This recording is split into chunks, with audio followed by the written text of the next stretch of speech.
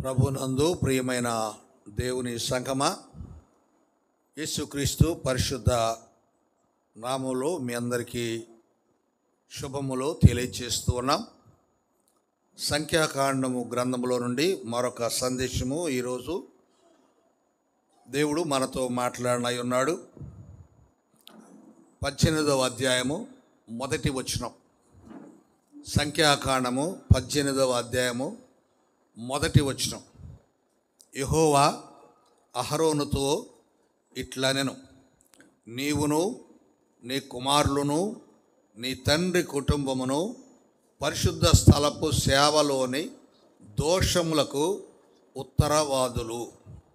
నీవును నీ కుమారులను మీ యాజకత్వపు దోషములకు ఉత్తరవాదులు.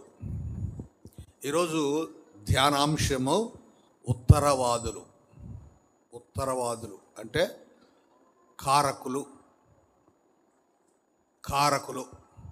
ఇప్పుడు ఒక వ్యక్తి తాగి చచ్చిపోతే వాడు చావడానికి ఉత్తరవాది ఎవరు?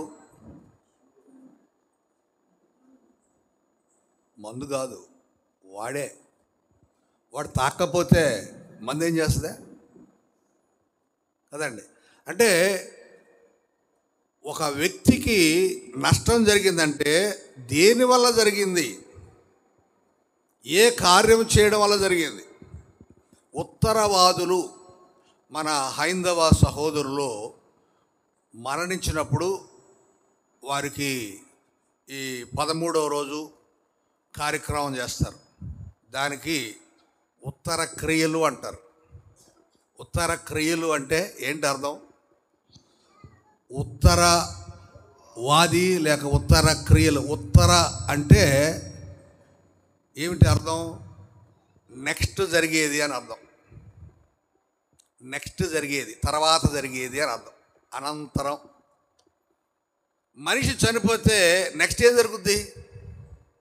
ఇంట్లో ఉంచుకోరుగా, కాల్ చేయడమో పూజ చేయడమో, అదైన తర్వాత జ్ఞాపకార్థకోవటమో కర్మనో ఏదో చేస్తారు కదా. సో అవేనమాట. చేసి తర్వాత ఒకవేళ బాడీని కాలిస్తే ఆ బాడీని తీసుకుపోయి ఆ బూడిదని తీసుకుపోయి నీళ్ళల్లో కలపడం, ఇవన్నమాట. ఎందుకు ఇవన్నీ చేస్తారు? వాని మరణమునకు కారణమేంటో ఈ కార్యాలు చేయడం ద్వారా ఆ కార్యము క్షమించబడుతుంది. అది వాళ్ళ ఉద్దేశం. జీవించిన జీవితకాలంలో వారు ఏ కార్యాలు చేశారో వాటి ఫలితము మరణం వచ్చింది కనుక ఈ తర్వాత క్రియలు చేయడం ద్వారా ఆ దోషము పరిహరించబడుతుంది అని. ఇక్కడ దేవుడు అహరోనుతో అంటున్నాడు. ఏమంటున్నాడు? నీవు నీ కుమారులు నీ తండ్రి కుటుంబం పరిశుద్ధ స్థలపు సేవలోని దోషమునకు ఉత్తరవాదులు. అంటే పరిశుద్ధ స్థలములో జరిగే సేవ విషయంలో ఏ దోషము వస్తే దానికి బాధ్యులు మీరే. నీ కుమారులు నీ యాజకత్వపు దోషములకు ఉత్తరవాదులు అంటాడు. అంటే మీరు యాజకత్వం చేస్తున్నప్పుడు తప్పులు దొర్లుతాయి కదా, పొరపాట్లు వస్తాయి కదా, లోపాలు జరుగుతాయి కదా, దానికి బాధ్యులు మీరే. ఇప్పుడు ధ్యానం చేస్తున్నాం వాక్యం. ఒక వ్యక్తి ఎవరైనా మాట్లాడాడు అనుకుందాం. ఆ వ్యక్తి మాట్లాడినందువల్ల మిగిలిన వాళ్ళందరూ ఏం చేస్తారు? ఒక వ్యక్తి సైలెంట్గా ఉంది. ఇప్పుడు మందిరం సైలెంట్గా ఉంది, వాక్యం వింటున్నారు అందరూ. ఒక వ్యక్తి మాట్లాడాడు. అప్పుడు మిగిలిన వాళ్ళంతా ఏం చేస్తారు? ఆ వ్యక్తికి అటెన్షన్లోకి వెళ్ళిపోతారు. ఆ వ్యక్తికి వెళ్ళి చూస్తారు ఎవరు అని. ఆలస్యం కొంతమంది వస్తుంటారు మందిరానికి.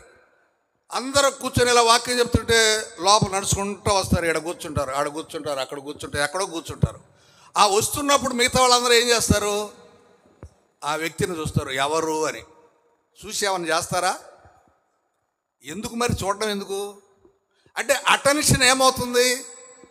పోతుంది. అటెన్షన్ పోతుంది. అప్పుడు దానికి కారకులు ఎవరు? అదనమాట గమనించాలి. ఇప్పుడు దేవుడు ఏమంటాడంటే అహరోనుతో అన్నాడు, నీవు నీ కుమారులు నీ తండ్రి కుటుంబం నీ వంశము అంటే లేవి వంశము మీరందరూ కూడా దేవాలయములో దేవుని సన్నిధిలో పరిశుద్ధ స్థలములో సేవలో జరిగే దోషాలకు బాధ్యులు.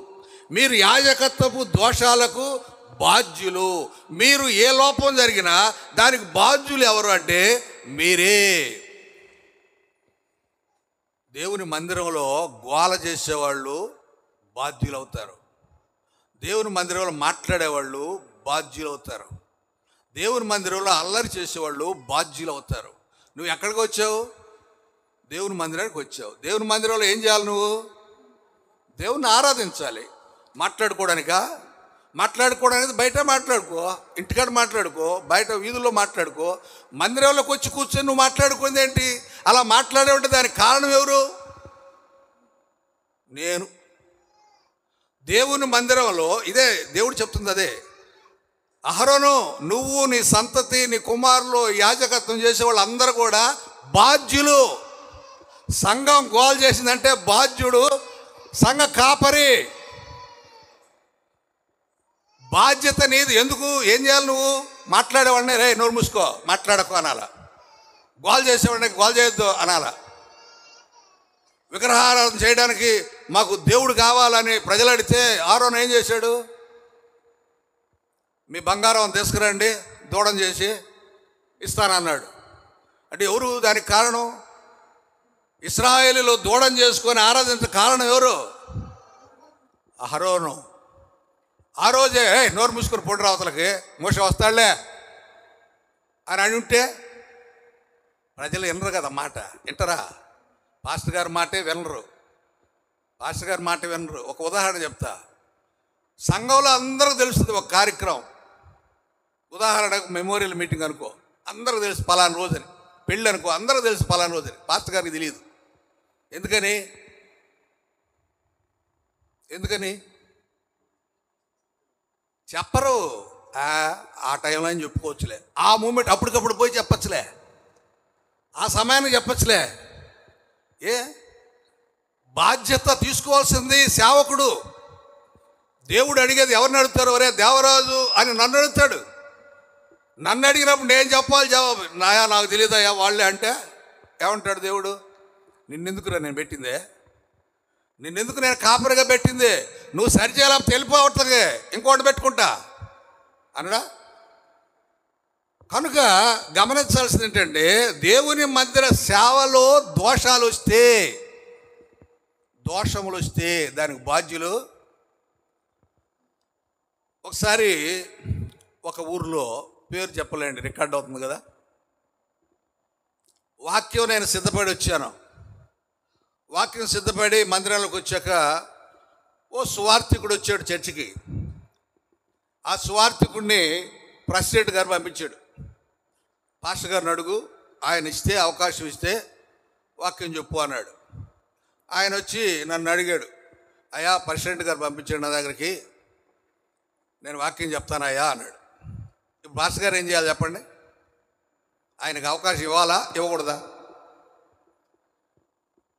చెప్పాలి, మీరు చెప్పాలా? అంటే మీకు అర్థమవుతుందా లేదా అని తెలుసుకోవడం కోసం అడుగుతున్నా మిమ్మల్ని. అంతేకాని మిమ్మల్ని ఏదో నేను తక్కువ చేయడానికి కాదు, లేక నేనేదో గొప్ప అని అనడానికి కాదు. అప్పుడు జనరల్గా ఏం చేయాలి మనం? సేవకుడు వచ్చాడు, స్వార్థికుడు వచ్చాడు, వాక్యం చెప్పడానికి సిద్ధపడేవాడు. ఆల్రెడీ పాస్టర్ గారు సిద్ధపడేవాడు వాక్యం. తీరా చర్చిలోకి వచ్చిన తర్వాత అయ్యా పలానా సేవకుడు వచ్చాడు అని ఆయన్నే పంపించాడు నా దగ్గర. ఆయన నేరుగా రాలేక, ఆయన నేరుగా వస్తే నేను అదేంటి సార్ అంటానేమోనని ఆయన నేరుగా రాకుండా ఆయన చేత పంపించాడు. ఆయన వచ్చి, సార్ ప్రెసిడెంట్ గారు పంపించాడు నన్ను, వాక్యం చెప్తాను సార్ నేను ఒక అరగంట అన్నాడు. ఇప్పుడు నేను ఆయనకు అవకాశం ఇవ్వాలా వద్దా? ఇవ్వాలా? ఇచ్చా. ఎందుకని? ప్రెసిడెంట్ గారు పంపించాడు కదా. ఒకవేళ ఇవ్వకపోతే ప్రెసిడెంట్ గారు ఫీల్ అవుతాడు కదా. ఇక ఏదో మానవతా ధర్మంతో నేను ఇచ్చా. అయిపోయిన తర్వాత సంఘస్థులందరూ కూడా బయటకు వచ్చిన తర్వాత, సార్ ఆహారమే లేదు సార్ ఈరోజు, సప్పిడి భోజనం తిన్నాం సార్ ఈరోజు. ఏంటి సార్ అట్టు ఎందుకు ఇచ్చారు సార్ మీరు అని అడిగారు. మీరు ఉండగా, మీరు సిద్ధపడి వచ్చి ఉండగా మరొక రోజు వచ్చారని ఆ సమయానికి ఏదో మానవతా దృక్పథంతో సంఘ మర్యాదనో లేకపోతే ఏదో అనో ఆయన గౌరవించడం నువ్వు ఇచ్చావు, కానీ మాకు ఆహారం అందలేదు. ఇప్పుడు దానికి బాధ్యులు ఎవరండి? నేనే. దానికి బాధ్యత నాదే. ఎందుకంటే ప్రజలకు అవసరమైన ఆహారం ఇవ్వాల్సిన బాధ్యత నాది. నేను ఆహారం సిద్ధం చేసుకొని వచ్చాను, బిర్యానీ చేసుకొని వచ్చాను. నేను ఇంకోటి వచ్చి నేను సద్యాన్నం పెడతానని వచ్చాడు. సరే సద్యాన్నం అనుకోలే, మనం వాడేదో బిర్యానీ పెడతాడు అనుకున్నాం. కానీ బాధ్యత ఎవరిది? బాధ్యులు ఎవరు? కారకులు ఎవరు అంటే నేనే. అలాగే యాజకులు, లేవీలు బాధ్యులు అని చెప్తున్నాడు దేవుడు. నీ యాజక ధర్మంలో, సేవక ధర్మంలో లోపాలు జరిగితే బాప్టిస్ట్ సంఘాల్లో లీడర్షిప్ ఉంటుంది. ఎవరికి? అడ్మినిస్ట్రేషను కమిటీకి ఉంటుంది. పాస్టర్ గారు స్పిరిచువల్గానే ఉంటాడు, మిగతా విషయాలు పట్టించుకోడు బాప్టిస్ట్ సంఘాల్లో. ఇప్పుడు సంఘంలో ఏదైనా లోపం జరిగిందనుకోండి, ఎవరు బాధ్యులు? సంఘంలో లోపం జరిగితే కమిటీ బాధ్యులు. అంతేనా? నీ వాక్యం చెప్పేటప్పుడు నువ్వు దేవుని మందిరం రాలేదు, నీ వాక్యం లేదు, ఎవరు కారణం? నువ్వు మందిరానికి రాలేదు, వాక్యం లేదు, ఎవరు కారణం? నేనా? నాకేం సంబంధమయ్యా? మీరు. ఎందుకంటే రాలేదు కదా, రాని కారణం మీది. మీరు రాకపోతే నేనేం చేయనాడా? కొంతమంది వస్తారు, మధ్యలో వెళ్ళిపోతారు, దానికి నేను కారణమా? చెప్తా, కూర్చుంటా అంటా. నేను 2-3 సార్లు చెప్తా, ప్రసంగంలో కూడా చెప్తా. అయినా కొంతమంది వెళ్ళిపోతూ ఉంటారు. దానికి ఎవరు బాధ్యులు? కొట్టి కూర్చోబెట్టలేం కదా, రాగడం నుండి మనం ఏమి లాగలేం కదా, చెప్తాం. ఒక ఆయన అన్నాడు, రిటైర్డ్ అయిపోయాడు, ఇప్పుడు లేడులేండి, చచ్చిపోయాడు ఆయన. ఆయన అడిగా నేను ఒకరోజు, సార్ గుడికి రావట్లేదు మీరు, రండి సార్ అన్న. ఏది సార్ మీరా నన్ను అడుగుతుండ్రా? అందరిని ఎట్టాగా అడుగుతారా? ఎందుకు అడగం? వాళ్ళంటే భయం, వీళ్ళంటే భయం. నాకేం భయం? ప్రెసిడెంట్ అంటే భయం, సెక్రటరీ అంటే భయం. వాళ్ళని అడగరు. ఎందుకు అడగం? వాళ్ళని కూడా అడుగుతాం. అడగమా? ఎవరినైనా అడుగుతాం. నాకేంటి భయం? మీరు రావట్లేదు రండి అని చెప్పలేదు, తప్పే ఉంది దాంట్లో. ఆయన పగ సాధిస్తాడా? కత్తి తీసుకుని పొడుస్తాడా? మర్డర్ చేస్తాడా? జైలు శిక్ష చేస్తాడా? ఏం చేస్తాడు ఆయన? ఏం చేయడు కదా. ఒకవేళ చేస్తే దానికి బాధ్యులు వాళ్ళే కదా. కనుక ఇక్కడ జ్ఞాపకం చేసుకోవాల్సింది ఏంటంటే, దేవుని మందిర సంబంధమైన విషయాల్లో లోపం జరిగితే దాన్ని ఎవరు మెయింటైన్ చేస్తున్నారో వాళ్ళే ఉత్తరవాదులు, వాళ్ళే కారకులు. అడ్మినిస్ట్రేషన్లో లోపాలు జరిగితే కమిటీ వాళ్ళు బాధ్యులు. సేవకత్వంలో లోపం జరిగితే కాపరి బాధ్యుడు. చర్చికి రాకుండా నువ్వు నిర్లక్ష్యం చేస్తే నువ్వు బాధ్యుడివి. నువ్వు పాపం చేస్తే నువ్వు బాధ్యుడు. దానికి నువ్వు తప్పు చేసావు కాబట్టి దాని శిక్ష నువ్వు అనుభవించాలి. మర్డర్ చేసావు, ఊరేస్తారు. మర్డర్ చేసింది నువ్వు కాబట్టి నువ్వే దానికి కారకుడివి. అదే ఇక్కడ అంటున్నాడు. చూడండి, 7వ వచనం వరకు మనం గమనించినప్పుడు ఈ మాటలన్నీ కూడా అలాంటివే. 2వ వచనం నుండి చూస్తున్నాం. నీ తండ్రి గోత్రమును, లేవి గోత్రికులు నీ సహోదరులు నీవు దగ్గర తీసుకొని రావాలి. వారు నీతో కలిసి పరిచయం చేయాలి. నీవు నీ కుమారులు సాక్ష్యం గుడారం మీద సేవ చేయాలి. వారు నేను గుడారం అంతటిని కాపాడాలి. వారు నీరు సావకున్నట్లు పరిశుద్ధ స్థలం యొక్క ఉపకరణం ఎంతకైనా బలిపీఠం అంతగా సమీపం రాకూడదు. అంటే యాజకుడు చేయాల్సిన పని యాజకుడు చేయాలా, లేవీలు చేయాల్సిన పని లేవీలు చేయాలా. పుల్పీఠం ఉంది, బలిపీఠం ఉంది, ఇక్కడ యాజకుడే ఉండాలా. సామాన్యుడు ఉండడానికి లేదు, లేవీయుడు ఉండడానికి వీల్లేదు. అదే చెప్తున్నాడు అన్నమాట.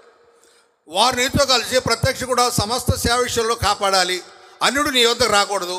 ఇక మీద మీ పరిస్థలాన్ని బలిపీఠాన్ని కాపాడాలి. ఇశ్రాయేలు మీద కోపం రాకుండా ఉండాలంటే నువ్వు అలా చేయాలి. లేవీయులను మీ సేవలు తీసుకొని ఉన్నాను నేను. ప్రత్యక్ష కూడా సేవ చేయడం వారు యెహోవాను మీకు అప్పగింపబడ్డారు. కాబట్టి నీవు నీ కుమారులు బలిపీఠం పనులన్నిటి విషయంలో, అడ్డతెర లోపల దాని విషయంలో యాజకత్వం జరుపుతూ సేవ చేయాలి. సో ఇవన్నీ కూడా వీటన్నిటి యొక్క అర్థం ఒకటే. సేవకత్వంలో, యాజకత్వంలో, దేవుని పని విషయంలో, దేవుని మందిర విషయంలో ఎక్కడన్నా లోపము జరిగితే, బాగా అర్థం చేసుకోలే మాటలు, లోపం జరిగితే, దోషం జరిగితే దానికి బాధ్యులు. ఉదాహరణకి మందిరం ఇది.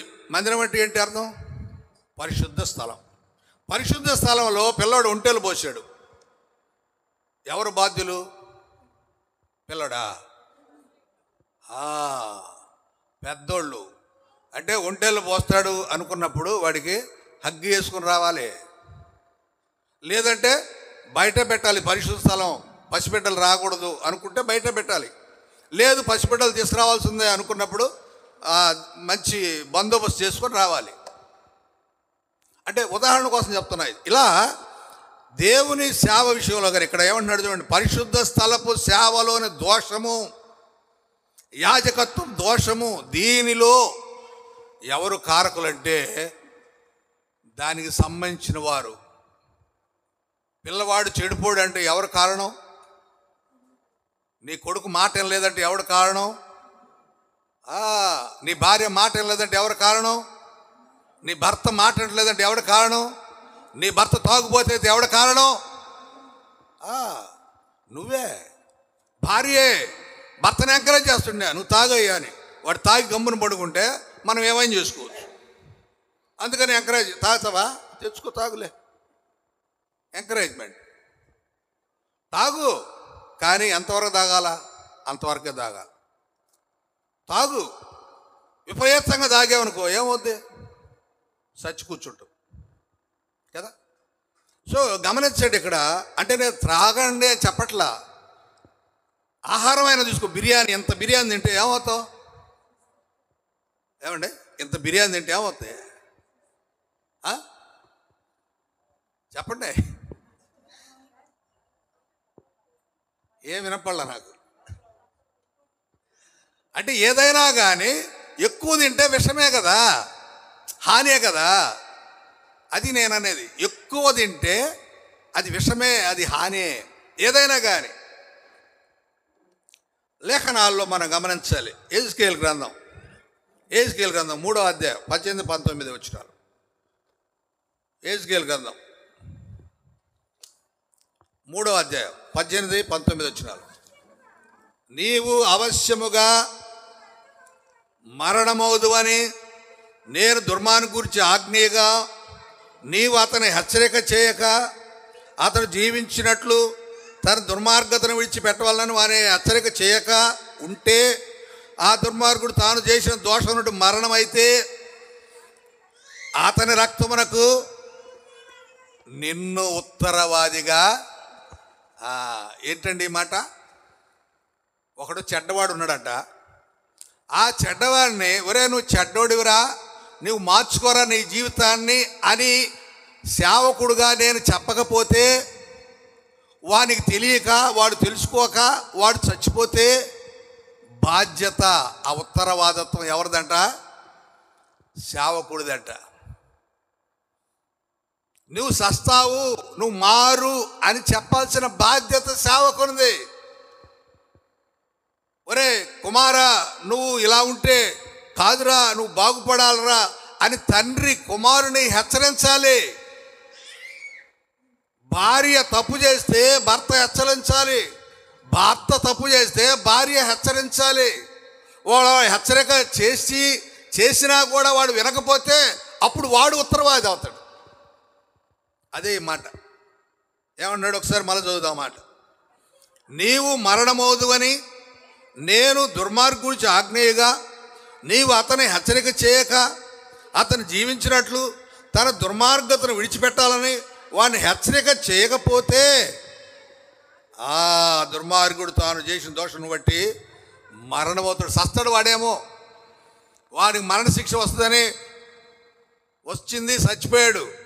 కానీ నువ్వు చెప్పకపోతే నీవు ఉత్తరవాదివి, నేను ఉత్తరవాదినండి. నీవు సస్తావు అని చెప్పకపోతే నేను బాధ్యత. ఒక సహోదరుడి మీద నాకు కళ వచ్చింది. నేను ఆ కళ విషయమై వాళ్ళ ఇంట్లో చెప్పా, అతనికి కూడా చెప్పా. అయ్యా నా కళలో ఎలా వచ్చింది, జాగ్రత్త అని చెప్పా. నా బాధ్యత నేను నెరవేర్చేసా, అయిపోయింది. అతను వెళ్ళలేదు. తర్వాత అతనికి కష్టం వచ్చింది. అప్పుడు సార్ మీరు చెప్పారు కరెక్టే, మరి ఇప్పుడు నేను మారుతాను, నేను మోకరిస్తాను, నేను ప్రార్థన చేస్తాను, బైబిల్ చదువుతాను. మారిపోయాడు మనిషి. అంటే ఎందుకు ఈ మాటలు మనం గుర్తు చేసుకోవాలంటే, మనకు మనకు చెడు జరుగుతుంది, మనం తప్పు చేస్తున్నాం, ఆ తప్పును సరిచేసే విషయంలో సేవకుడు మనల్ని హెచ్చరిస్తే we have to receive the word. ఆ మాట మనం తీసుకోవాలి.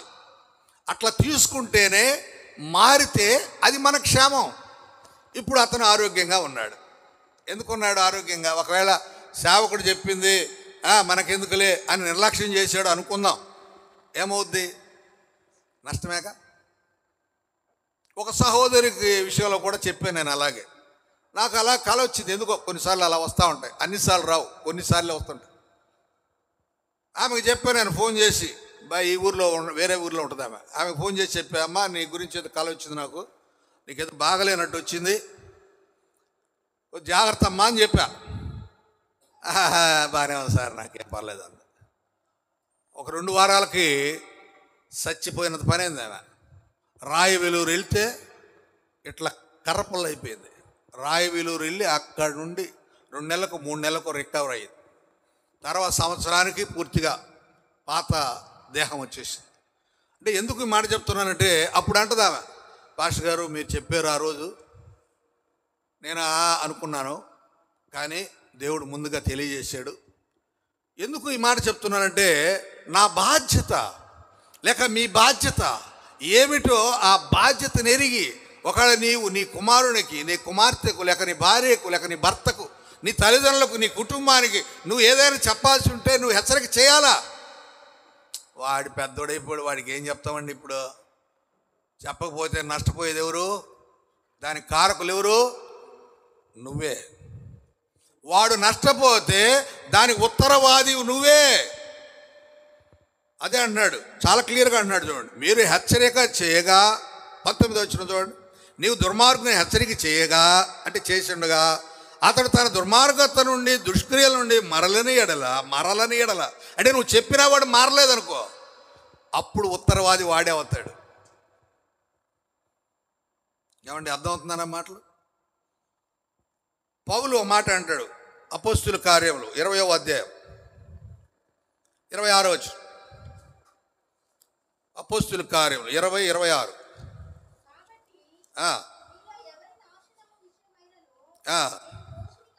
మీలో ఎవరి నాశనం విషయమైనను నేను దోషిని కాను. ఎందుకని? పౌలు అంటే నేను కాదా దోషినే. మీలో ఎవరికైనా నష్టం కలిగితే నేను కాదు కారణం. మరి ఎవరంట? దేవుని సంకల్పం అంతయు మీకు తెలుపకుండా నేనేమీ దాచుకోలేదు. దేవుని ఉద్దేశం ఏంటో అదంతా కూడా నేను చెప్పేశా, నాది బాధ్యత లేదు. ప్రియ దేవుని సంగమా, నేను అందుకే హెచ్చరిస్తూ ఉంటాను మీ అందరినీ హెచ్చరిస్తా. పెద్దలే చిన్నలు ప్రతి ఒక్కరిని హెచ్చరిస్తానంట. ఎందుకంటే నా బాధ్యత అది. ఒకవేళ నేను హెచ్చరించకపోతే దానికి నేను కారణమవుతా. నువ్వు చెడిపోతే నేను కారణమవుతా. నేను పదే దేవుని వాక్యంలో హెచ్చరిస్తూ ఉంటే ఒకవేళ అది నీకు తగిలిందే, నాకు తగిలింది అనుకోగాకు, దేవుడు నాతో మాట్లాడుతున్నాడు, నేను మారాలి అనుకో. ఎందుకంటే నా బాధ్యత నేను నెరవేరుస్తున్నా. నీ మీద నాకే కోపం లేదు, ఎవరి మీద కోపం లేదు. కోపంతో నేను చెప్పాల్సిన అవసరం లేదు. దేవుడు చెప్పమన్నాడు కాబట్టి చెప్తున్నా. పౌలు అంటున్నాడు, అది దేవుడు ఏదైతే చెప్పమన్నాడో దేవుని సంకల్పం అంతా మీకు తెలుపకుండా నేనేమీ దాచుకోలేదు. దేవుడు తన స్వరక్తం ఇచ్చి సంపాదించిన సంఘాన్ని కాయుటకు పరిశుద్ధాత్మ మేము దేనియందు అధ్యక్షులకు ఉంచానో ఆ యావత్తు మందనకు వచ్చి మీ మట్టుకు మీరు జాగ్రత్తగా. అయ్యా విన్నారా? సేవకులకు, కమిటీలకు చెప్తున్న మాట ఇది. సంఘాన్ని నడిపే వారికి, సంఘంలో బాధ్యత తీసుకున్న వారికి చెప్తున్న మాట. దేవుడు తన స్వరక్తం ఇచ్చి సంపాదించిన సంఘాన్ని కాయుటకు పరిశుద్ధాత్మ మిమ్మును దేనియందు అధ్యక్షులకు ఉంచాను. అంటే దేనియందు లీడర్గా ఉంచాడు. ఆ మందను గూర్చి నీవు జాగ్రత్త ఉండాలి. ఒకవేళ ఆ మంద నష్టపోతే ఉత్తరవాదివి నువ్వే. ఒకవేళ నువ్వు ప్రెసిడెంట్ కావచ్చు, సెక్రటరీ కావచ్చు, ట్రెజరర్ కావచ్చు, లేక కమిటీ పెద్ద కావచ్చు, ఎల్డర్స్ కావచ్చు, లేకపోతే స్త్రీల సమాజం కావచ్చు, స్త్రీల యూత్ డైరెక్టర్ కావచ్చు, స్త్రీల సెక్రటరీ ప్రెసిడెంట్లు కావచ్చు, ట్రెజరర్లు కావచ్చు, నాకేం లేదు ఇందులో అనుకుంటే కుదరదు. నీకు స్త్రీల ప్రెసిడెంట్గా బాధ్యత ఇచ్చాడా, సవ్యంగా చెయ్యి. స్త్రీల సెక్రటరీకి బాధ్యత ఇచ్చాడా, సవ్యంగా చెయ్యి. చర్చ్ ప్రెసిడెంట్కి బాధ్యత ఇచ్చాడా, సవ్యంగా చెయ్యి. సెక్రటరీగా బాధ్యత ఇచ్చాడా, సరే చక్కగా చెయ్యి. చెయ్యకపోతే దానివల్ల ఏదో నష్టం జరిగితే you are the responsible person. నీవే దానికి బాధ్యుడవు, నీవే దానికి బాధ్యుడు. ఇంకెవరిని మనం అనడానికి లేదు, వాళ్ళు అట్టండి వీళ్ళు ఇట్టండి. నో, కుర్రోళ్ళు మీరు యవనస్తులా, మీకు ఏ పనులు ఇవ్వబడ్డాయో ఆ పనులు మీరు చేయండి. చేయకపోతే దానివల్ల నష్టమైతే బాధ్యత మీదే. దీన్ని ఏమంటావా? సౌండ్ సిస్టమ్ అంతేనా? ఇంకో పేరు ఉంది దానికి, మిక్సర్ పాడైతే కారణం ఎవరు? మిక్సర్ పాడైతే కారణం ఎవరు? దాని ఆలనా పాలనా చూసేవాళ్ళు. ఎందుకంటే దాని మీద మట్టి ఉందా, దుమ్ము ఉందో తుడుచుకోవాలా అనే బాధ్యత ఉండాలి. తుడవకపోతే ఏమవుద్ది? దాని మీద పడ్డ మురికంతా నేను తుడిచా. రోజు ఆదివారం వచ్చినప్పుడు తుడుచుకోవచ్చు కదా, ఏదైనా కానీ. అదేది రితం ప్యాడ్ శుభ్రంగా తుడుచుకోవడం జానపాల తొడవా అదిగో చూసా, ఆయన ఒప్పుకుంటున్నాడు. So is the root cause. అది పాడైందంటే అతనే కారణం. మా అమ్మ కొనిస్తుంది ఇంకోటి, పోతే పోయింది అంతేనా? దుమ్ము ఉండదంట చూడు, దుమ్ము ఉండదంట. ఉండదా? దుమ్ము పడదా? ప్రతి దాని మీద దుమ్ము పడుతుంది. దుమ్ము పడకుండా ఉండదు. నువ్వు ఎంత పెట్టినా కూడా దుమ్ము పడుతుంది. ఎందుకంటే వస్తువు అది. మనిషి అయినా కూడా మన మీద దుమ్ము పడదా? పులిపేటి మీద దుమ్ము ఉండదా? ప్రతి చోట దుమ్ము పడకుండా ఉండదు. అంటే ఉదాహరణ కోసం చెప్తున్నా. దీంట్లో ఎవరు బాధపడాల్సిన అవసరం లేదు. ఉదాహరణలు ఇవన్నీ నేను చెప్పేవన్నీ కూడా ప్రాక్టికల్, అందుకే చెప్తున్నా. సో పౌలు అన్నాడు, నేను బాధ్యుణ్ణి కాదు, నేను చెప్పాల్సిందంతా మీకు నేను చెప్పేశాను. కాబట్టి మిమ్మల్ని దేవుడు దేనికి అధ్యక్షులుగా ఉంచాడో దానికి బాధ్యులు. సంఘ కాపరిగా నేను బాధ్యుడు, ప్రెసిడెంట్గా వారు బాధ్యులు, సెక్రటరీగా అట్లా ప్రతి వ్యక్తి కూడా. నా కుటుంబానికి నేను బాధ్యుడిని, నీ కుటుంబానికి నువ్వు బాధ్యుడు, నువ్వు బాధ్యురాలవు. అంతే కదండి. భార్య భర్త వాళ్ళిద్దరి మధ్య గొడవలు ఉన్నాయి. భర్తను నాశనం చేయాలి అలాగా అనుకొని దొంగతో చేతులు కలిపి మా ఇంట్లో డబ్బంతా నువ్వు తీసుకుపో అని దొంగకు ఫోన్ చేసి చెప్తే వాడొచ్చి డబ్బంతా తీసుకుపోతే నష్టం ఎవరికి? నా భర్త మీద నాకు కోపం ఉంది, నేను చేశాను ఆ పని, నష్టం ఎవరికి? ఇద్దరికే కదా, భర్తకు ఒక్కడికి అవుద్దా? అట్లాగే భార్యను కొట్టేవాళ్ళు, భర్తను కొట్టేవాళ్ళు. ఇప్పుడు నీ శరీరాన్ని నువ్వే కొట్టుకున్నట్టే కదా లెక్క. సో కారణం ఎవరు? బాధ్యులు ఎవరు? ఉత్తరవాదులు ఎవరు? నీవే. నీ శరీరాన్ని పాడు చేసుకుంటా ఉంటే నువ్వే కారణం. నీ కుటుంబాన్ని పాడు చేసుకుంటా నువ్వే కారణం. నీ ఆత్మీయ జీవితాన్ని పాడు చేసుకుంటా నువ్వే కారణం. అది ఇక్కడ మనం గమనించాల్సింది. అపొస్తలుల కార్యములు 18వ అధ్యాయం 6వ వచనం.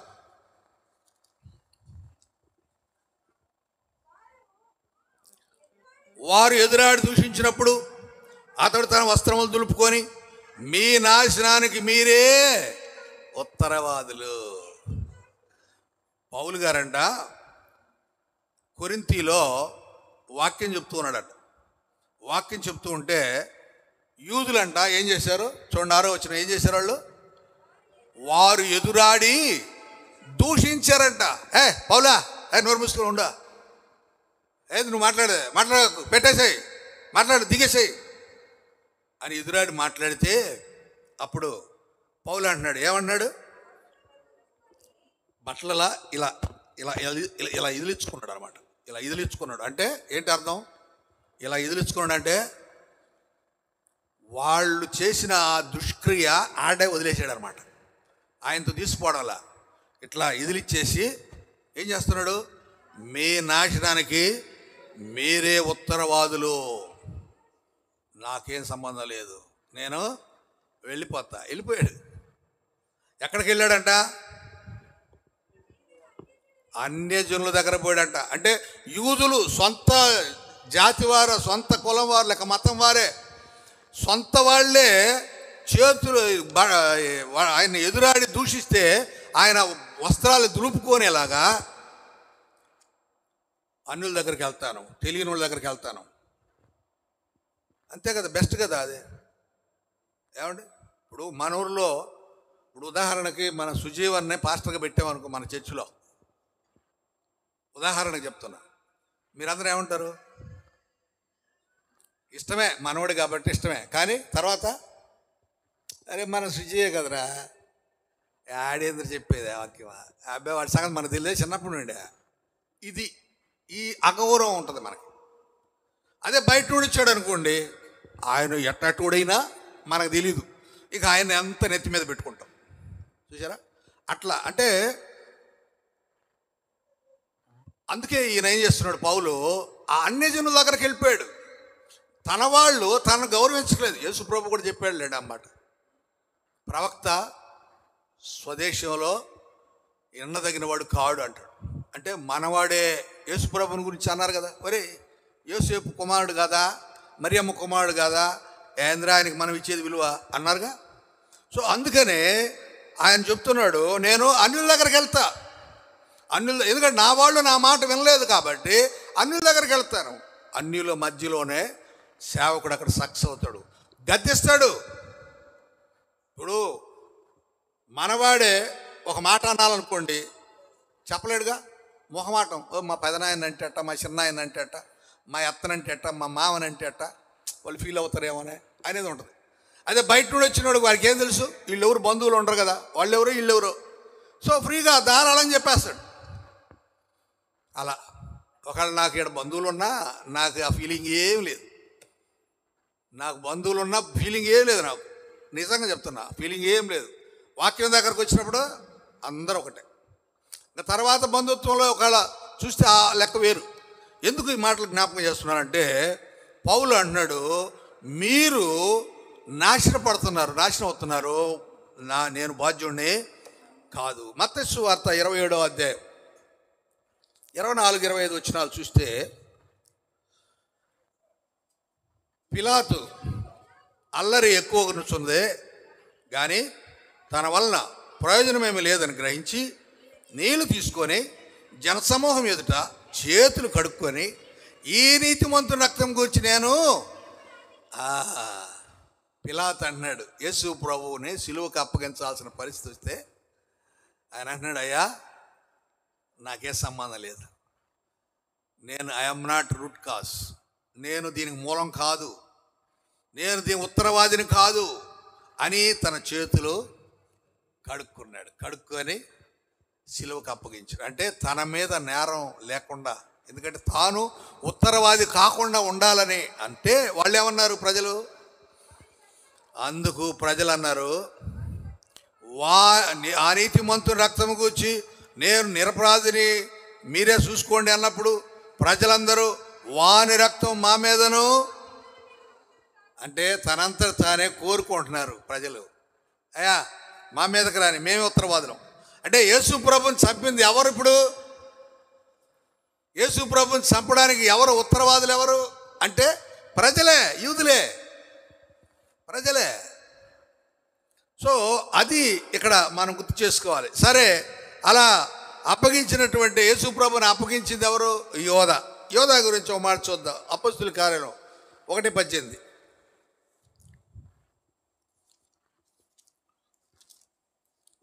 అపొస్తలుల కార్యం 1వ అధ్యాయం 18 వచ్చు. ఈ యోధా ద్రోహం వల్ల సంపాదించిన రోకలిచ్చి ఒక పొలం కొనెను. అతడు తల క్రిందుకు పడి నడిమికి బ్రద్దలైందన అతని పేగులనేయు. ఎవరు యేసు ప్రభువుని అప్పగించడానికి కారణం ఎవరు అంటే యోధా అయ్యాడు. కానీ యేసు ప్రభు మరణానికి కారణం ఎవరంటే యేసు ప్రభు కాదు, యోధా కాదు, ప్రజల పాపము. ఏమండి, యేసు ప్రభు శిలువలో రక్తం దారపోవడానికి ఎవరు కారణం? మన పాపమే, మనం చేసిన పాపం, మన ఉత్తరవాదులు దానికి. యేసు ప్రభు మరణానికి ఉత్తరవాదులు ఎవరంటే మనమే. వాడబడ్డాడు యోధా, అక్కడ తాత్కాలికంగా కారకుడయ్యాడు, చనిపోయాడు. కానీ మనము కారణం. కయ్యను అంటాడు ఆదికాండం 4వ అధ్యాయం 13వ వచనంలో, కయ్యను ఒక మాట అంటాడు. ఏమంటాడు?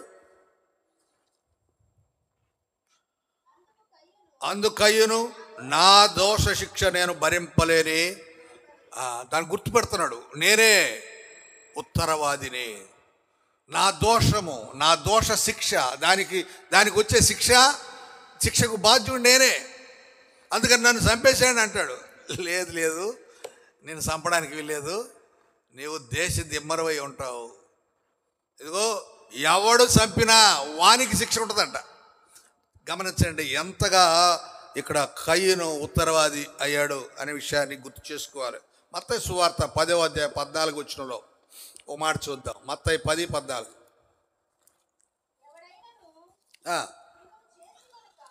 ఎవడైనా మిమ్మును చేర్చుకొనక మీ మాటలు వినకుండిన యెడల మీరు ఆ ఇంటినైనను ఆ పట్టణమైనను విడిచిపోయినప్పుడు మీ పాద ధూళి దులిపివేయుడి.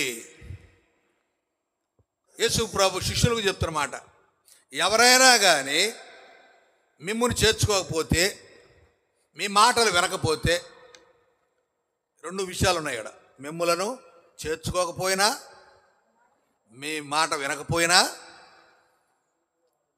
అతని దుస్థితికి ఎవరు కారణం? అతడు మాట వినలేదు కాబట్టి, అతను మిమ్మల్ని చేర్చుకోలేదు కాబట్టి, మీ పాదధూళి ఆడ వదిలేస్తే దానివల్ల వచ్చే నష్టం వాళ్ళకే. నువ్వు కాదు, నువ్వు దులిపావు కదా, నువ్వు పాదధూళి దుడిపింది నువ్వు కాదు కారణం, దానికి సేవకుడు కాదు కారణం. పాదధూళి దులిపాడు అంటే వెన్నెల మనం ఏమంటాం, మట్టి తీసేసామండి. ఒక వ్యక్తి మీద మట్టి వేసాము, వాడు సొక్క మురికైపోయింది. ఎవరైనా చూసినప్పుడు ఏమంటారు? రే ఏంద్రా సొక్క మీద మట్టి అంటే, అదిగో వాడు వేసాడు రా అంటాం. ఎవరు కారణం? వాడు అంటున్నాం, కానీ వాడు కాదు. వాడు ఎందుకు వేసాడు మట్టి? నువ్వు వాడిని ఏదో అన్నావు, అంతే కదా. నువ్వు వాడిని ఏదో అన్నావు, వాడు మట్టి వేసాడు. సో అదనమాట. ఎక్కడ రూట్ కాజ్ ఎక్కడ ఉంది? ఉత్తరవాదత్వం ఎక్కడ ఉంది? మాట వినలేదు వాళ్ళు మాట వినలేదు, నేను చేర్చుకోలేదు కాబట్టి నువ్వు పాదధూళి దులుపు. దానికి కారణం నష్టం వచ్చినప్పుడు అప్పుడు ఒరే నేను వాళ్ళ మాట వినలేదే, అంతే కదండి. ఒకడంట కళ్ళు మూసుకొని కళ్ళగంతలు కట్టుకొని నడుస్తున్నాడంట, ఒక పందెం పెట్టుకొని నడుస్తూ ఉంటే నేలబావి వచ్చిందంట. నేలబావి ఆ పక్కన పోతా ఉన్నాడు. ఒరే నువ్వు కళ్ళు మూసుకుని వెళ్తున్నావు, పలానా చోట నేలబావి ఉందిరా, జాగ్రత్త చూసుకుని పక్కకి వెళ్ళిపోరంటే, ఆయన నాకు తెలీదు, కళ్ళు మూసుకుని వెళ్తున్నాను అంతే, నేను వెళ్ళిపోతాను అన్నాడట. వాడు ఎంత చెప్పినా వీడు వెళ్ళకుండా వెళ్ళిపోయాడు. ఏమయ్యాడు? బావిలో పడ్డాడు. తిరిగి వస్తాడా? అంటే చెప్పిన మాట వినకపోవడం. ఒరే నాయన దానివల్ల నష్టం ఉందరా అంటే వినకపోవడం, దానివల్ల చెడు ఉందరా అంటే వినకపోవడం, అది మంచిది కాదురా అంటే వినకపోవడం, ఇది చెడ్డు సాంప్రదాయం అంటే వినను. అరే మందులో ఏమంటారు దాన్ని, ఆల్కహాల్ ఉందరా, నీ గుండెని పాడు చేస్తారా, నీ ఊపిరితిత్తులు పాడు చేస్తారా, నీ కాలేయం పాడైపోతారా అంటే పోతే మందులే, నష్టం ఎవరికి? నువ్వు అటు పోతే చెడిపోతావురా అంటే పోయేదే, నష్టం ఎవరికి? సో ఇవే అన్నమాట మనం గమనించాల్సింది. ఇక్కడ మాట వినకపోయినా, దేవుని సేవకుని చేర్చుకోకపోయినా, సమూయేలు 2వ గ్రంథం 1వ అధ్యాయం 16 వచ్చిన, సమూయేలు 2వ గ్రంథం 1వ అధ్యాయం 16 వచ్చిన, సమూయేలు 2వ గ్రంథం 1వ అధ్యాయం దావీదు అంటున్నాడు,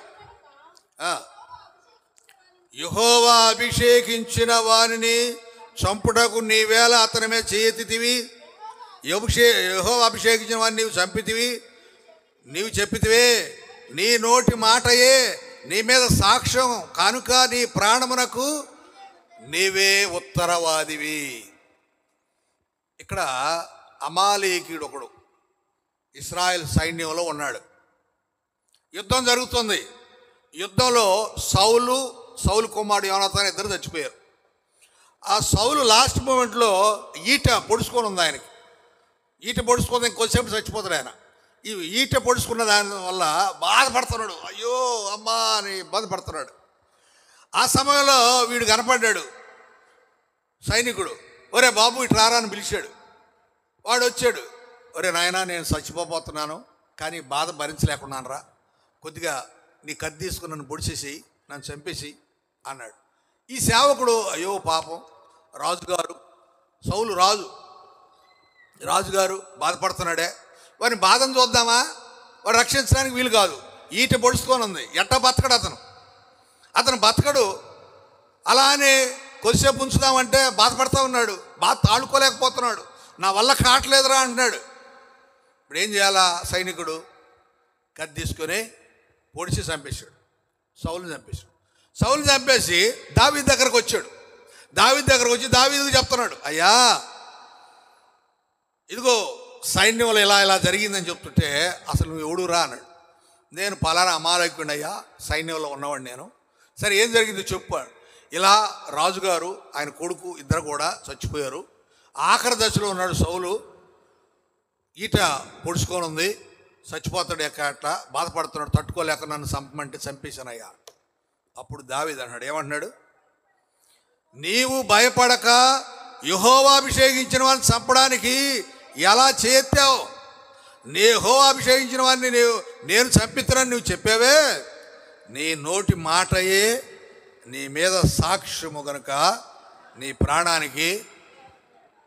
ఏమండి ఆలోచన చేయండి. ఇప్పుడు సస్తూ నా వల్ల కాదు పొడవరా అని సౌలు రాజు చెప్తే ఆడు పొడిచాడు కదా.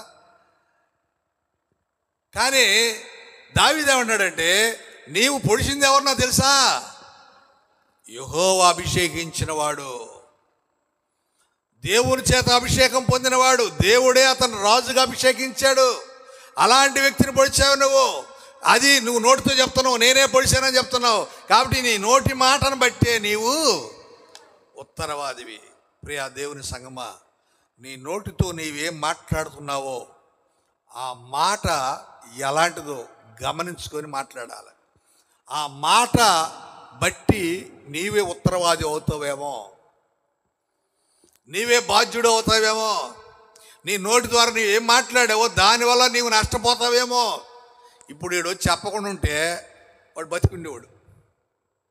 వాడు వచ్చి దావీదు గారితో చెప్పేటప్పటికి దావీదు గారి కోపం వచ్చి, అరే దేవుని చేత అభిషేకించిన వాడిని నువ్వు చంపుతావా, కాబట్టి నువ్వేరా అని చెప్పి వెంటనే వాళ్ళు చెప్పాడు, అరే ఈయన చంపేయండి రా అన్నాడు. చంపేశారు అతను. అంటే తాను చేసిన పనికి తానే ఉత్తరవాది. గమనించారా? 18వ అధ్యాయం యెహెజ్కేలు గ్రంథం 18:13. 18వ అధ్యాయం 13 యెహెజ్కేలు 18వ అధ్యాయం 13.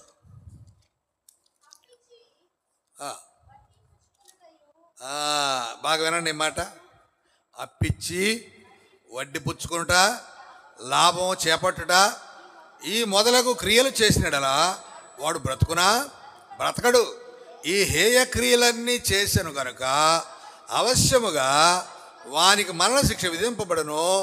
వాడు తన ప్రాణములకు తానే ఉత్తరవాది. అంటే డబ్బిచ్చి వడ్డీ తీసుకొని లాభం సంపాదించకుండా ఈ క్రియలట, ఇవి హేయ క్రియలట. ఏమండి విన్నారేమాట? ఎవరన్నా వడ్డీకి ఇచ్చేవాళ్ళు ఉంటే గమనించుకోండి. ఎవరు లేరు మనవాళ్ళు, వడ్డీలకి ఇచ్చేవాళ్ళు ఎవరు లేరు మన దగ్గర కదా. ఉన్నారా? లేరు. వడ్డీ అంట ఒకవేళ ఇది కొంతమందికి బాధ కలగచ్చు. అంటే మనకు కాదు, బయట ఎవరన్నా లైవ్లో ఉంది కదా, బయట ఎవరైనా యూట్యూబ్లో చూసిన వాళ్ళకి బాధ కలగచ్చు. కానీ వాక్యం చెప్తున్న మాట నేను చెప్తాను. వాక్యం ఈ హేయ క్రియలు చూడండి, ఏమన్నాడు? ఈ హేయ క్రియలన్నీ చేసెను కనుక అవశ్యముగా ఆ మరణశిక్ష విధింపబడును. దానికి ఉత్తరవాది ఎవరట? తానే ఉత్తరవాది.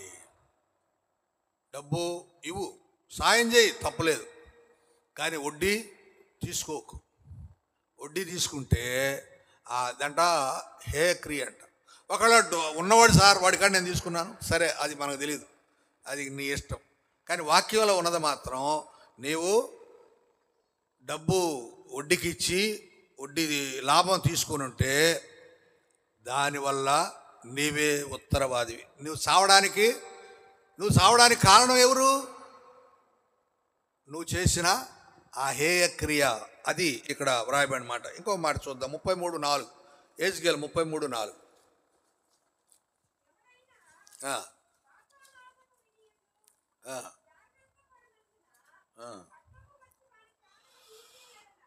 చూశారండి, ఎవడైనా బాకానాదం విని జాగ్రత్త పడకపోతే ఖడ్గం వచ్చి వాని ప్రాణం తీస్తే వాడు తన ప్రాణమును తానే ఉత్తరవాది. అంటే బాకానాదం వినపడిందంట, ఒకడొచ్చి దాన్ని ఏమంటాం, సాటింపు వేశాడు. అరే అందరు ఇళ్లలో ఉండండి రా, ఎవడు బయటకు రావద్దు, కరోనా వచ్చింది, మీరు ఇళ్లలోనే ఉండండి, బయటకు రావద్దు అని మనకి ప్రధానమంత్రి డప్పు కొట్టి మరీ ప్రకటించాడు కదా. లాక్డౌన్ అన్నాడు, దేశమంతా లాక్డౌన్ అన్నాడు. బాకానాదం వినపడింది. ఇప్పుడు మనం ఏం చేయాలా? మౌనంగా ఇంట్లో కూర్చోవాలి, మన జాగ్రత్తలో మనం ఉండాలి. ఒకవేళ ఏమన్నాడు, ఒకవేళ జాగ్రత్త పడకపోతే తన ప్రాణమునకు తానే ఉత్తరవాది. నువ్వు జాగ్రత్త పడకపోతే నీ కరోనా వస్తే కారణం నువ్వే. నీకు అనౌన్స్మెంట్ వచ్చింది, అనౌన్స్మెంట్ వచ్చిన తర్వాత నువ్వు విని అనుకుని వెళ్ళావు, ఏమైంది? ఇప్పుడున్న పరిస్థితి, జబ్బులంటే భయపడుతున్నాం కానీ ప్రభు రాకడంటే ఎవరికి భయం లేదు. ప్రభు రాబోతున్నాడయ్యా, ఆయన వస్తున్నప్పుడు ఆయన యందు విశ్వాసం గల వాళ్ళని తీసుకెళ్తాడు, మిగతా వాళ్ళని విడిచేస్తాడంటే ఎవరికైనా భయం ఉందా? ఎవరికైనా ఆందోళన, అమ్మో ప్రభు వస్తాడా, నన్ను తీసుకోపోతే ఎట్లా అనే భయం ఉందా? ఈ సొమ్ము ఎట్లా, ఈ ఆస్తి ఎట్లా, ఈ స్థలం ఎట్లా, ఈ పొలం ఎట్లా, ఈ లోక సంబంధమైన వాటి కోసమే మన ప్రయాస. కానీ ప్రభు వస్తున్నాడే, ఆయనతో పోకపోతే ఎలాగా అనే బాధ, దిగులు ఉందా? లేదు. ఇక్కడ రాయబడిన మాట, నీకు బాకానాదం వినపడ్డప్పుడు నీవు జాగ్రత్త పడాలి. జాగ్రత్త పడకపోతే ఉత్తరవాదివి నీవే అనే విషయాన్ని గుర్తు చేస్తున్నాను. చివరిగా ఇంకో మాట, యెషయా గ్రంథం 53:6-11 చూద్దాం. యెషయా గ్రంథం 53, 6వ వచనం, 11వ వచనం. 6వ వచనం, మనమందరము గొర్రెల వలె త్రోవ తప్పిపోతిమి, మనలో ప్రతి వాడును తనకిష్టమైన త్రోవను తొలగినో, యెహోవా అందరి దోషమును. యేసు ప్రభు సిలువలో మనందరి దోషాన్ని మోసాడట. అంటే ఎవరు ఉత్తరవాదులు యేసు ప్రభు మరణానికి? ఏమండి, మనమే. వీఆర్ ద రూట్ కాజ్, మనమే రెస్పాన్సిబుల్, మనమే. ఏమంటున్నాడు అక్కడ? యెహోవా మనందరి దోషమును అతని మీద మోపెను. యేసు ప్రభు పైన మోపబడినటువంటి దోషము మన దోషము. మన దోషమునకై ఆయన సిలువలో మరణించాడు. 11వ వచనం చూస్తే, అతడు తనకు కలిగిన వేదన చూసి తృప్తి నందును, నీతిమంతుడైన నా సేవకుడు జనుల దోషమును భరించి తనకున్న అనుభవ జ్ఞానము చేత అనేకులను నిర్దోషులుగా చేయను. అనేక మందిని దోషము లేని వారిగా చేశాడు యేసు ప్రభు. ఎలాగా?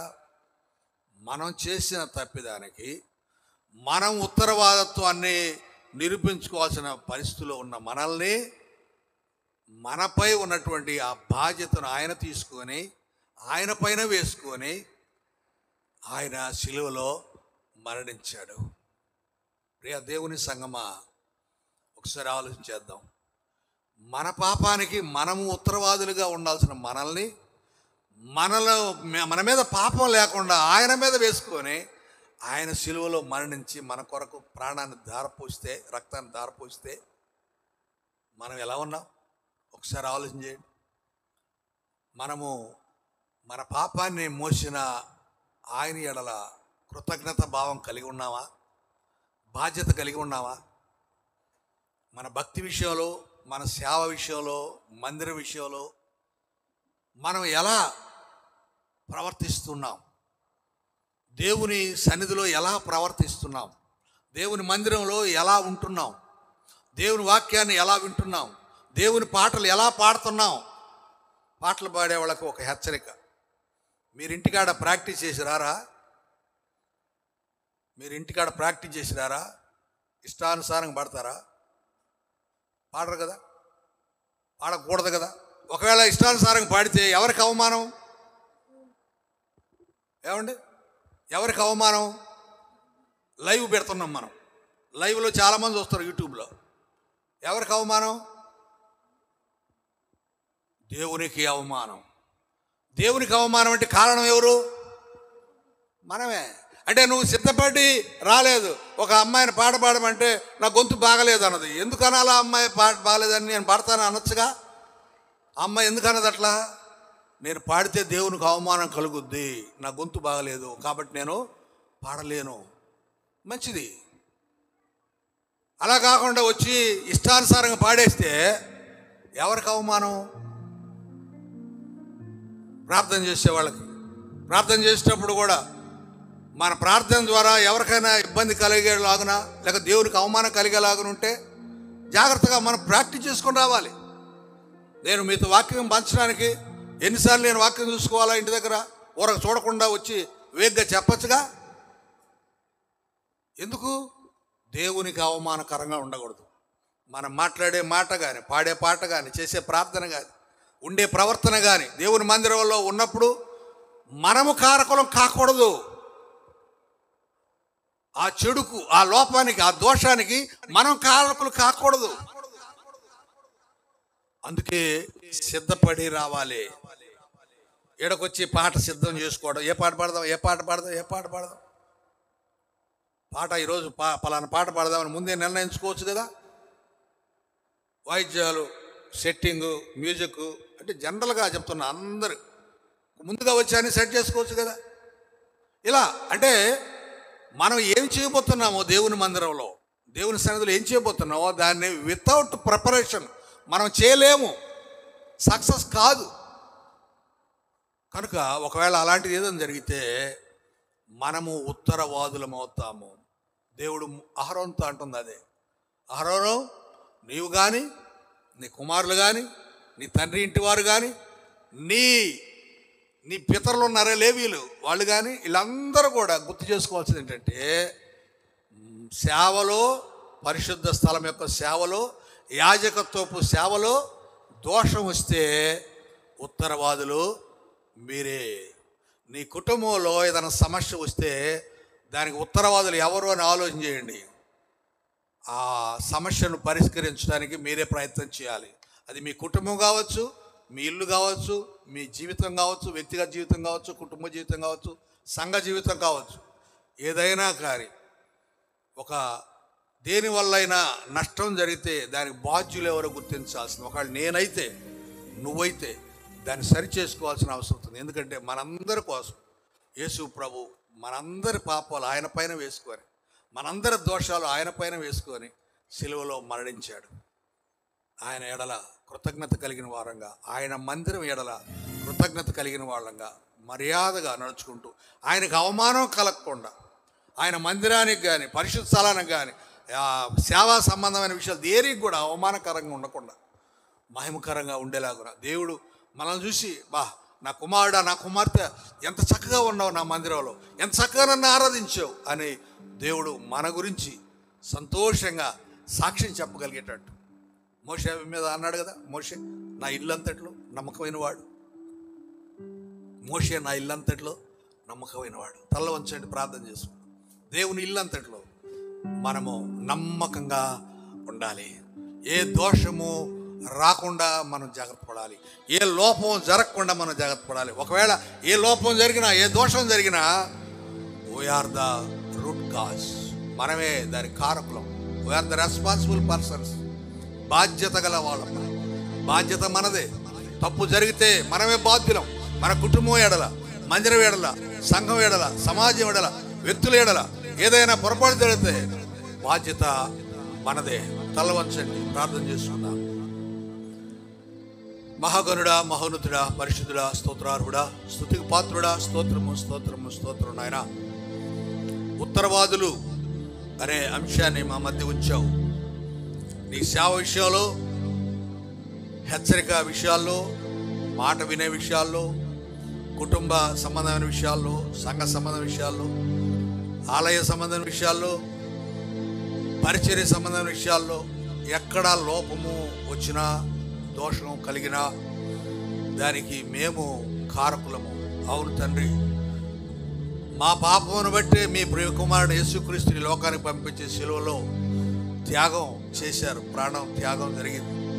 దానికి కారణం మేమే నాయన. మేమే. We are the root cause. మేమే కారకులం. అవును తండ్రి, మమ్మల్ని మన్నించండి. కీర్తనాకారుడు అన్నాడు, నేను పాపంలో పుట్టినవాడను, పాపంలో నా తల్లి నన్ను గర్భం ధరించింది. అవును, హిస్సోపుతో నా పాపం కడిగివేయు, శుద్ధ హృదయం దయచేయము. అవును తండ్రి, ఈ సమయంలో మేమే మీ శిలువలో మరణానికి కారకులమని మేము గుర్తిరుగుతున్నాము. మన్నించండి ప్రభా. అంతేకాదు, మరి ఈ లోకంలో మేము జీవిస్తున్నప్పుడు నీ మందిర విషయంలో, మా కుటుంబ విషయాల్లో, సమాజ విషయాల్లో, సంఘ విషయాల్లో మేము ఎక్కడైనా తప్పిదము చేస్తే దానికి మేమే కారణమవుతున్నాం. కనుక ఎలాంటి తప్పిదము చేయకుండా, ఏ దోషము, ఏ లోపము లేకుండా, మేము ఉత్తరవాదులను అనిపించుకోకుండా మర్యాదగా నడుచుకోవడానికి, మా కుటుంబాలను దీవింపజేసుకునే రీతిలో మేము ఉండడానికి సహాయం చేయమని మమ్మల్ని అందరినీ కూడా మీ చేతులకు సమర్పించుకుంటూ మీకే మహిమా ఘనత చెల్లిస్తుంది.